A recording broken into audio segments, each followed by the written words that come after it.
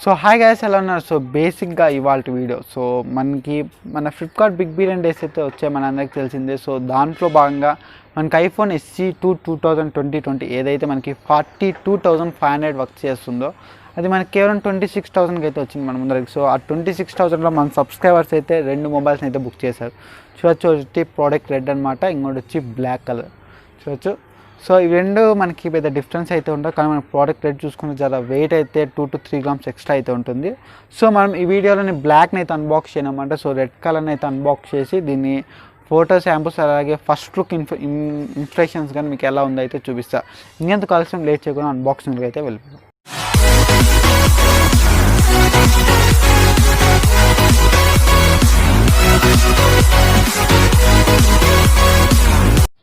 So ఇది మనకి iPhone SE 2020 అయితే. సో మన ఫ్రెండ్స్ అయితే చూడొచ్చు, ఐఫోన్ SE2 మొబైల్ ఫోటో అయితే వీళ్ళు ప్రింట్ చేయడం జరిగింది. సో లెఫ్ట్ సైడ్ ఇంకా రైట్ సైడ్ చూసుకుంటే ఐఫోన్ అనే బ్రాండింగ్ చూడొచ్చు. మనము టాప్ బాటమ్ చూసుకుంటే ఐఫోన్ బ్రాండ్ లోగో చూడొచ్చు.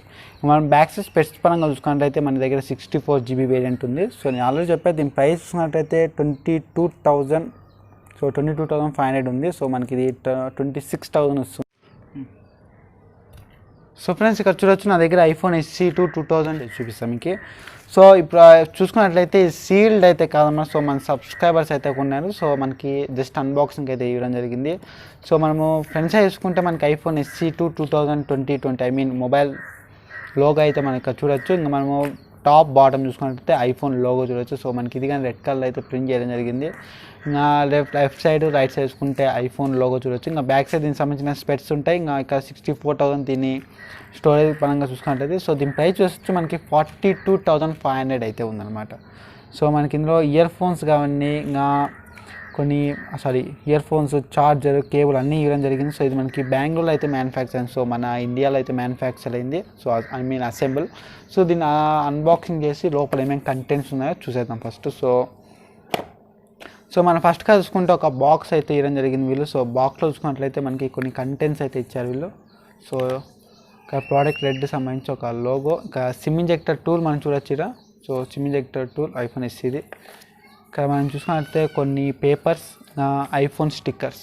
సో ఇంకా ఇది వెల్కమ్ టు ఐఫోన్ అనే ఒక కార్డ్ అయితే మనకి ఇవ్వడం జరిగింది. సో ఇవన్నీ పక్క పెట్టేద్దాం, మనకి మొబైల్ ఎలా ఉందో చూద్దాం ఫస్ట్. సో ఫ్రెండ్స్, ఇక్కడ చూడొచ్చు, మనకి ఇది ఐఫోన్ SE2 2020 అనమాట. సో ఇక్కడ మనకి ప్రోడక్ట్ రెడ్, ఇక్కడ మనం ఐఫోన్ లోగో చూడొచ్చు. ఇక్కడ మన ప్రోడక్ట్ రెడ్ అని ఇక్కడ రాయడం జరిగింది. సో దీని అయితే బూటప్ చేస్తాను నేను.